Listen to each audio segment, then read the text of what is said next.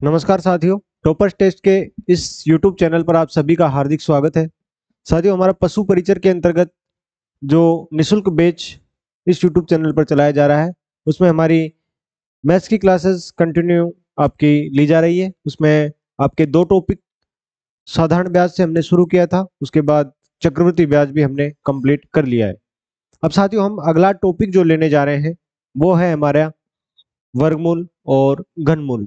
वर्गमूल और घनमूल, सबसे पहले हम वर्गमूल के बारे में समझेंगे और वर्गमूल को पूरी तरह से समझने के बाद हम चलेंगे घनमूल की तरफ। तो साथियों, हम शुरू करते हैं हमारा टॉपिक। आज का टॉपिक रहेगा वर्गमूल एवं घनमूल का। वर्गमूल, किसी संख्या का वर्गमूल वह संख्या है जिसे अपने से गुणा करने पर दी गई संख्या प्राप्त हो। एक्स वर्गमूल को अंडर रूट एक्स से व्यक्त करते हैं। मतलब क्या है, किसी भी संख्या का वर्ग, कोई भी संख्या है उसको, जैसे मेरे पास है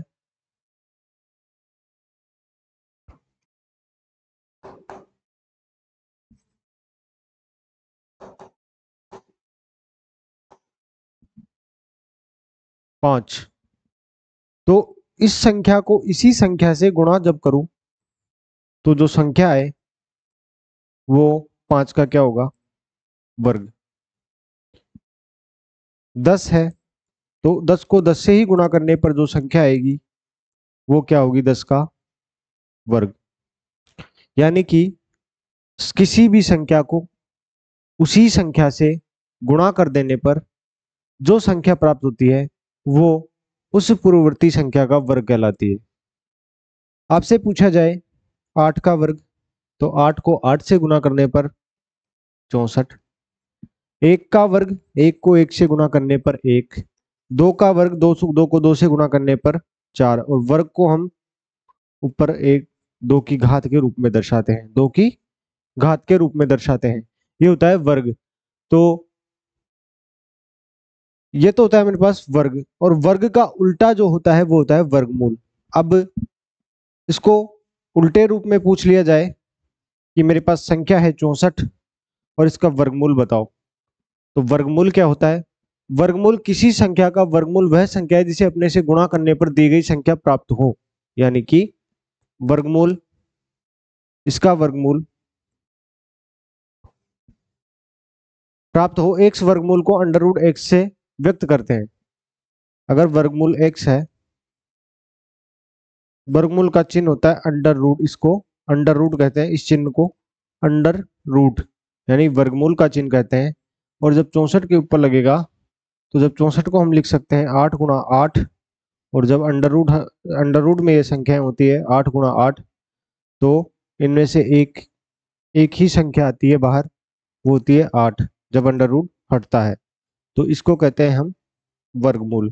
यानी हम एक भाषा के रूप में इसको कहना चाहे तो इस प्रकार कहेंगे कि 64 का वर्गमूल जो है वो है 8, और 8 का वर्ग जो है वो है 64। 8 का वर्ग तो है 64 और 64 का वर्गमूल है 8। 8 का वर्ग तो है 64, 8 का वर्ग है 64, और 64 का वर्गमूल है, 64 का वर्गमूल है 8। 64 का वर्गमूल है 8। वर्ग, वर्ग और वर्गमूल। अब आगे बात करते हैं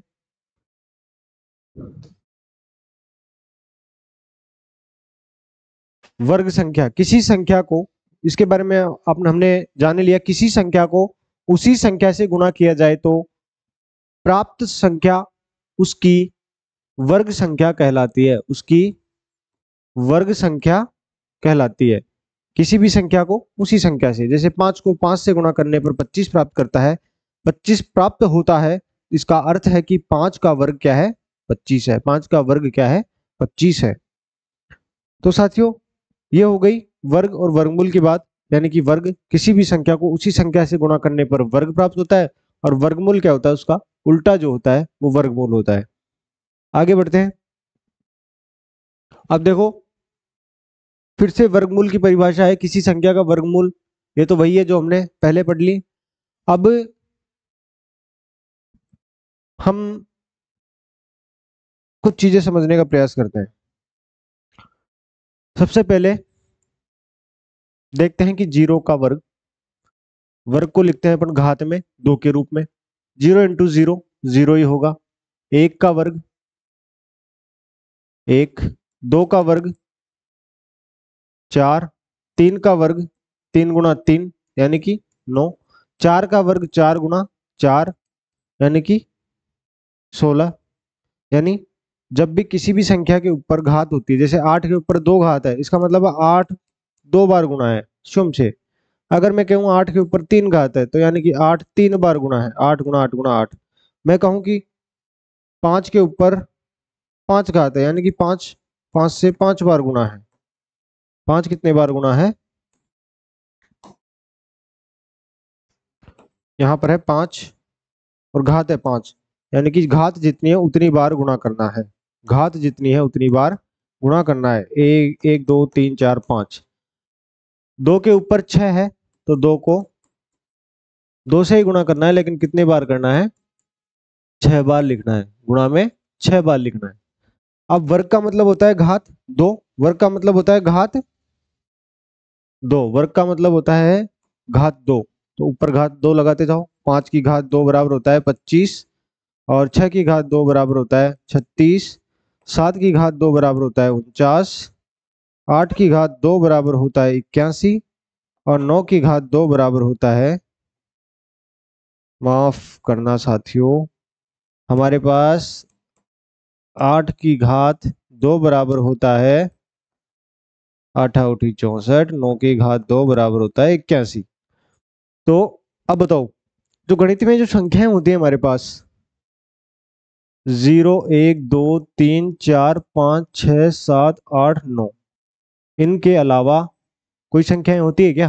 अंक होते हैं क्या कोई इनके अलावा? इनके अलावा कोई अंक नहीं होते। जो इससे आगे के अंक है इन्हीं को मिलाने पर बनते हैं। यानी कि कोई भी कितनी बड़ी संख्या लिख दो, उसमें जो इकाई का अंक आएगा, उसमें जो इकाई का अंक आएगा, जो पहला अंक होता है इकाई का अंक, वो इन्हीं में से कोई अंक होगा। इन्हीं में से कोई अंक होगा। अब देखो, मैंने ये अंक यहाँ पर लिख लिए स्क्वायर के रूप में, और इनका स्क्वायर देख लिया, इनका वर्ग देख लिया कि 0 का 0, 1 का 1, 2 का 4, 3 का 9, 4 का 16, 5 का 25, 6 का 36, 7 का 49, 8 का 64 और 9 का 81। अब ये मैं क्यों बता रहा हूँ? ये इसलिए बता रहा हूँ कि ये जब हम वर्गमूल किसी बड़ी संख्याओं का, छोटी संख्याओं का वर्गमूल तो आप गुणा करके डायरेक्ट, गुणा कितने को कर लोगे आप? गुणा कर लोगे आप 10 तक, 20 तक, 30 तक, 99, 100 तक। लेकिन जो बड़ी संख्या होंगी, जैसे आपके पास 156 × 156, बहुत टाइम लगेगा।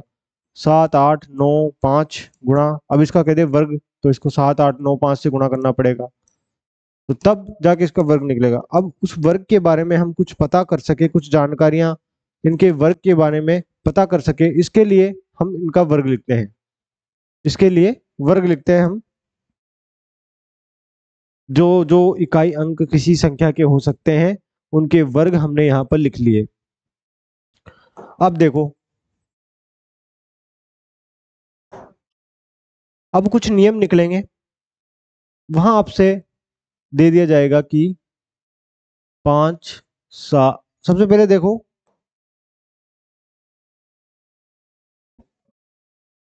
इनमें इकाई अंक बताओ। इकाई अंक आ रहा है, वर्ग वाली संख्या है, और किसी भी अब कोई भी संख्या बनेगी उसके इकाई अंक तो ये आएंगे आएंगे, और इकाई अंक ये है। और इकाई अंक जब गुणा में 2 बार गुणा होगा, तो उनमें इकाई अंक ये आएंगे। तो अब बताओ, आप इनमें इकाई अंक क्या आ रहे हैं? एक तो 0 आ रहा है, एक 1 आ रहा है, एक 4 आ रहा है, और उसके बाद 9 आ रहा है, फिर 6 आ रहा है, फिर 5 आ रहा है, फिर 6 आ रहा है, 6 लिख ही लिया, फिर 9 लिख ही लिया, 4 हमने लिख ही लिया, और 1 हमने लिख लिया। इनके अलावा कोई संख्या है? ये तो वो है जो आ रही है, ये तो वो है जो आ रही है वर्ग करने पर इन संख्याओं के। जो नहीं आ रही है वो क्या है? 2 है, 3 है, 5 है, 7 है। 2 है, 3 है, 5 आ रही है, 5 हमारे पास आ रहा है।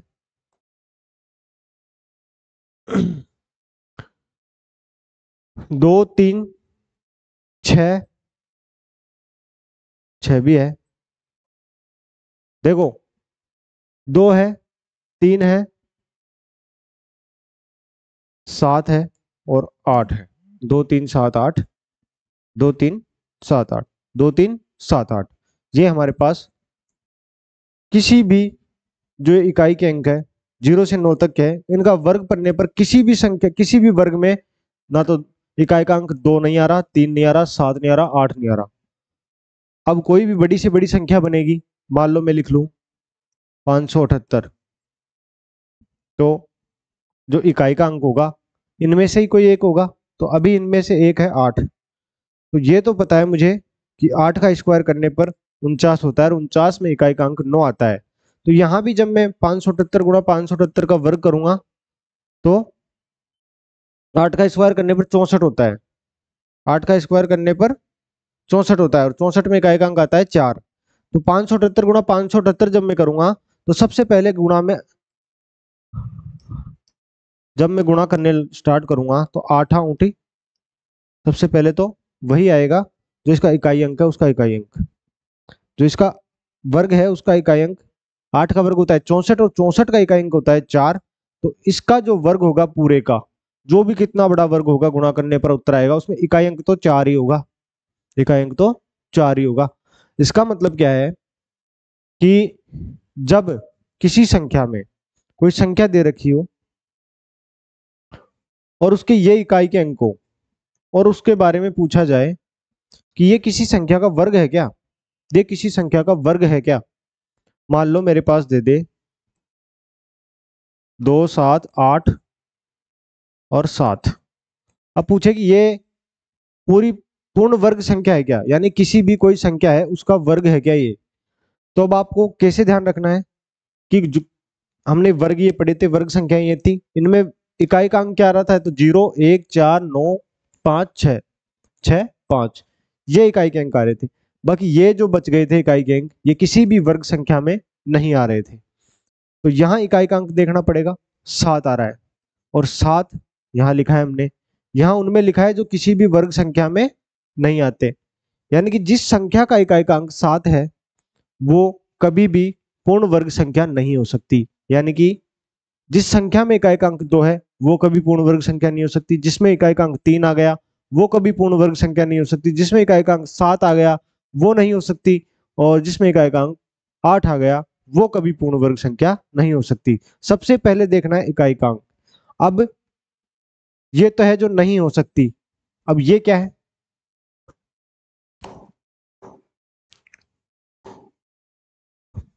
जो हमने ऊपर लिख रखी है ये क्या है भाई, आपको शॉर्ट में याद रखना है भाई, 2378, 2378 यानी 2 3 7 8, ये वो अंक हैं जो अगर किसी संख्या के इकाई के अंक हैं तो वो संख्या पूर्ण वर्ग संख्या नहीं होगी, इनके बारे में आप साफ कह सकते हो। अब ये बचे, अगर ये किसी संख्या में इकाई के अंक हैं और आपसे पूछा जाए कि बताओ ये पूर्ण वर्ग संख्या है क्या, तो आप कंफर्म तो नहीं कह सकते कि ये पूर्ण वर्ग संख्या है, लेकिन ये कह सकते हो कि ये हो सकती है, ये हो सकती है। सभी पूर्ण वर्ग संख्याओं के इकाई के अंक यही हो, मतलब ये अगर पूर्ण वर्ग किसी संख्या के इकाई के अंक है तो वो पूर्ण वर्ग संख्या हो ये जरूरी नहीं है, लेकिन अगर कोई पूर्ण वर्ग संख्या है तो उसके इकाई के अंक इनमें से ही होंगे। अब देख लो, जैसे 10 का वर्ग है, 10 का वर्ग होता है 100, तो 100 का इकाई का अंक 0। 11 का वर्ग है 121, 121 का इकाई अंक 1, कोई सा भी ले लो। आप ले लीजिए 15, 15 का वर्ग है 225, तो इकाई का अंक 5, इकाई का अंक 5, तो ये पूर्ण वर्ग संख्या है। आप ले लो, इनमें से ले लो, इनमें से ही तो लिखा है हमने, तो ये सब में इकाई का अंक। आप तो ये देख लो, इन संख्याओं के अलावा कोई इकाई अंक हो ही नहीं सकता, तो इनका वर्ग मैंने लिख लिया यहाँ पर और इन वर्गों का इकाई का अंक लिख लिया कि इन वर्ग में इकाई का अंक यही आते हैं, इनके अलावा कोई इकाई के अंक वर्ग जो पूर्ण वर्ग संख्या है उनके तो हो ही नहीं सकते। अब मैं कह दूं 24, 24 में इकाई का अंक 4 है, यहाँ भी 4 है, तो 4 वाली तो इकाई इकाई का अंक जिसका 4 है वो तो पूर्ण वर्ग संख्या होनी चाहिए, नहीं, जरूरी नहीं है। ये जरूरी नहीं है कि हर संख्या जिसका इकाई के अंक ये है वो पूर्ण वर्ग संख्या हो।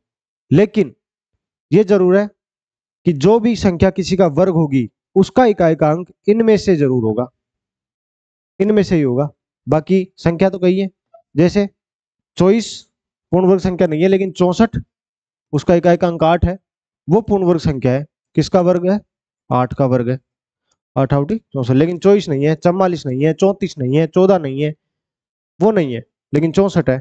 इसी प्रकार से 49 जिसका इकाई का अंक 9 है, वो 7 का वर्ग है, लेकिन 19 नहीं है, 29 नहीं है, 39 नहीं है।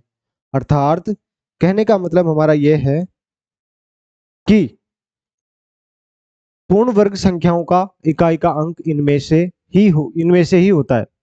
और संख्याएं तो बहुत सी है जिनके इकाई का अंक, लेकिन वो जरूरी नहीं है पूर्ण वर्ग संख्या है वो। लेकिन अगर पूर्ण वर्ग संख्या है, किसी का पूर्ण वर्ग है, तो उसका इकाई अंक इनमें से ही होगा। ये अगर किसी संख्या का इकाई अंक है तो उसके बारे में कंफर्म कह सकते हैं। अगर किसी संख्या का इकाई अंक 2 है, 3 है, 7 है और 8 है, इन चारों में से कोई एक अंक अगर किसी संख्या का इकाई अंक बन रहा है, वहां पर आ रहा है, तो आप स्पष्ट कह सकते हो कि ये तो पूर्ण वर्ग संख्या होगी ही नहीं, ये तो पूर्ण वर्ग संख्या होगी ही नहीं। इसके बारे में हमारे कुछ नियम हैं, वो देखते हैं हम। देखो, पूर्ण वर्ग संख्या होने के लिए निम्न बातें जरूरी है। किसी संख्या के अंत में, वही 23 78 आ गया हमारे पास, यहाँ पर 23 78 2 3 7 8 हो, तो वह संख्या पूर्ण वर्ग संख्या नहीं होगी।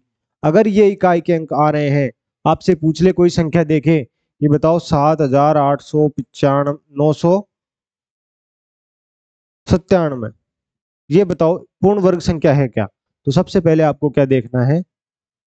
इकाई का अंक क्या है? 7। और ये 7 अपने 23 78 याद रखना है। 23 78, 23 78 में 7 आता है क्या? आता है। तो डायरेक्ट हम कह सकते हैं कि ये पूर्ण वर्ग संख्या नहीं है। माथापच्ची करने की जरूरत ही नहीं है, बिल्कुल भी माथापच्ची करने की इसमें जरूरत नहीं है। डायरेक्ट हम कह सकते हैं कि ये पूर्ण वर्ग संख्या नहीं है। अगला नियम है, किसी संख्या के अंत में यदि शून्यों की संख्या विषम हो तो वह संख्या भी पूर्ण वर्ग संख्या नहीं होती। अब मान लो कोई शून्य वाली संख्या है, 10 है, इसका वर्ग क्या होगा? 100।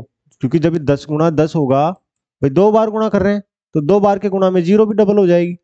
100 है तो इसका अंक क्या होगा? 100 की जीरो 4 हो जाएगी गुणा में, 100 गुणा 100 करेंगे तो, ठीक है, 10 गुणा 10 करेंगे तो 100 हो जाएगा। इसी प्रकार 1000 है, 1000 में 3 जीरो है, लेकिन जब इसको वर्ग करेंगे, यानी इसका वर्ग करने पर, जब इसका वर्ग करेंगे 1000 का, तो कितनी जीरो आ जाएगी? इसमें 6 जीरो आ जाएगी। और वो कितनी उन जीरो की संख्या क्या हो जाएगी? सम हो जाएगी, यानी जीरो जोड़े के रूप में होगी, सम संख्या में होगी। अगर मैं कह दूं 1000 ये पूर्ण वर्ग संख्या है क्या? नहीं है पूर्ण वर्ग संख्या, क्योंकि इसमें जीरो की संख्या विषम संख्या में 1 2 3 3 जीरो है, इसलिए ये पूर्ण वर्ग संख्या नहीं है। यानी कि कोई भी पूर्ण वर्ग संख्या होगी तो उसके अंत में जिन शून्यों की संख्या विषम संख्या में हो तो वो पूर्ण वर्ग संख्या नहीं होगी। पूर्ण वर्ग संख्या होने के लिए शून्यों की संख्या सम संख्या में होना जरूरी है, यानी उन शून्यों के जोड़े बनने चाहिए, मतलब जोड़े में होनी चाहिए शून्य, दो दो के जोड़े में। किसी संख्या में दशमलव यदि विषम स्थान के बाद हो तो पूर्ण वर्ग संख्या नहीं होगी। अब ऐसे ही विषम संख्या दशमलव के लिए, दशमलव कोई 1.6 है, 1.6 को 1.6 से गुणा करने पर आता है 16 गुणा 16, अपन छिन्नवा कर देते हैं, 196 कर देते हैं, सॉरी 16 गुणा 16 256 कर देते हैं, 256। और पॉइंट कैसे लगाते हैं? दोनों दोनों गुणा होने वाली संख्याओं के, भाई इसमें एक स्थान छोड़ के इसमें एक स्थान छोड़ के, तो यहाँ 2 स्थान छोड़ के लगती है, ठीक है। ऐसे ही मान लो 1.25 है गुणा 1.25 है, तो यहाँ जो भी गुणे में आएगा वहां पर कितने छोड़ के? 1 2 और 3 4, 4 स्थान छोड़ के पॉइंट लगाते हैं, यानी कि वही शून्य वाला सिस्टम है। अगर की संख्या में दशमलव यदि विषम स्थान के बाद हो तो पूर्ण वर्ग संख्या नहीं होगी। अगर कोई संख्या दे रखी है, वहां कह दिया कि 1.354 विषम स्थान 1 2 3, मतलब 1 2 3 स्थान छोड़कर जीरो पॉइंट लग रही है, तो वहां पर वो पूर्ण वर्ग संख्या नहीं होगी। यदि संख्या के अंतिम 2 अंक विषम हो, अंतिम 2 अंक विषम हो, तब भी वह पूर्ण वर्ग संख्या नहीं होगी। यह जैसे यहाँ एग्जाम्पल दे रखा है, 1 का स्क्वायर 1, 2 का 4, 3 का 9, 4 का 16, 5 का 25, ये 9 तक लिख रखे हैं। अब इनमें देख लो सब संख्याओं, इनमें तो एक एक अंक है 3 तक, तो 4 से स्टार्ट होते हैं 2 2 अंक, 25 36 49 64 81। इनमें देख लो आप कि कोई भी संख्या ऐसी नहीं है जिसमें दोनों अंक विषम हो। यहाँ 1 है, 6, एक सम है, एक विषम है, एक सम है, एक विषम है, एक विषम है, एक सम है, एक सम है, एक विषम है, एक सम है, एक सम है, एक सम है और एक विषम है। यानी कि दोनों सम तो हो सकती है, यहाँ पर सम है दोनों, 88 64 में दोनों सम संख्याएं, लेकिन दोनों विषम संख्याएं नहीं हो सकती। या तो दोनों सम होगी, या एक सम या एक विषम होगी। दोनों विषम संख्याएं हैं, किसी भी संख्या के अंत में दोनों विषम संख्याएं आ रही है तो पूर्ण वर्ग संख्या नहीं होगी। इन सभी वर्ग संख्याओं को देखने से पता चलता है कि दोनों अंक सम है, या एक अंक सम और एक अंक विषम है, परंतु दोनों ही अंक विषम नहीं है। दोनों ही अंक विषम नहीं हो सकते। यहां तक समझ में आया? अब अगला देखते हैं हम। यदि संख्या का इकाई का अंक 5 हो, देखो 5 का वर्ग होता है 25, 15 का होता है 225, 25 का होता है 625, 35 का होता है 1225, 45 का होता है 2025 और 55 का होता है 3025। अब यहां पर संख्या है 5, यहां भी इकाई का अंक है 5, यहां भी इकाई का अंक है 5। जब इनका वर्ग कर रहे हैं तो 25 आ रहा है लास्ट में। जब इनका वर्ग कर रहे हैं तो लास्ट के दो अंक आ रहे हैं 25 आ रहे हैं। जब इसका वर्ग कर रहे हैं तो लास्ट के दो अंक आ रहे हैं 25 आ रहे हैं।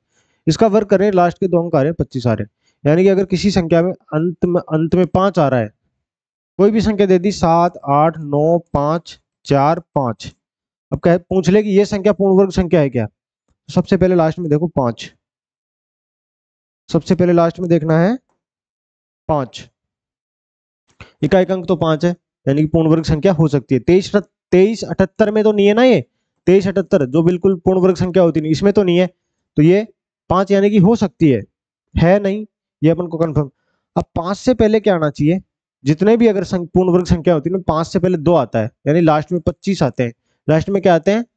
25 आते हैं। लास्ट में 25 आते हैं, 25 आते हैं, 25 आते हैं। और यहाँ पर कितने हैं? 5 से पहले कितने हैं? 4, यानी कि ये पूर्ण वर्ग संख्या नहीं है। अगर यहाँ 5 से पहले 2 होता तो हम कह सकते थे कि पूर्ण वर्ग संख्या हो सकती है, लेकिन यहाँ तो कंफर्म हो गया कि ये, अगर यहाँ 4 है, अगर यहाँ 4 है, अगर यहाँ 4 है तो ये पूर्ण वर्ग संख्या नहीं है, क्योंकि 5 अगर किसी का इकाई अंक है तो 5 से पहले क्या आना चाहिए? 2 आना चाहिए। अब देखो, इन सभी वर्ग संख्याओं के अंत में क्या है? 25 है, यानी कि किसी भी संख्या का इकाई का अंक अगर 5 है तो उसका जो वर्ग संख्या होगी, उसके अंत के दो अंक जो होंगे वो होंगे 25, 2 और 5। अगर लास्ट का अंक पूर्ण वर्ग संख्या में 5 है तो उससे पहले 2 होना आवश्यक है। अगर 2 के अलावा कोई और अंक है तो वो पूर्ण वर्ग संख्या नहीं है। साथियों, ये हमने वर्गमूल वाला टॉपिक आज स्टार्ट किया था, उसकी कुछ बेसिक बातें हमने यहाँ पर आज जानने की कोशिश की। अब इसी को आगे हम कल कंटिन्यू करेंगे। इसके कुछ प्रश्न हम करेंगे, उनके माध्यम से इनको समझने की कोशिश करेंगे।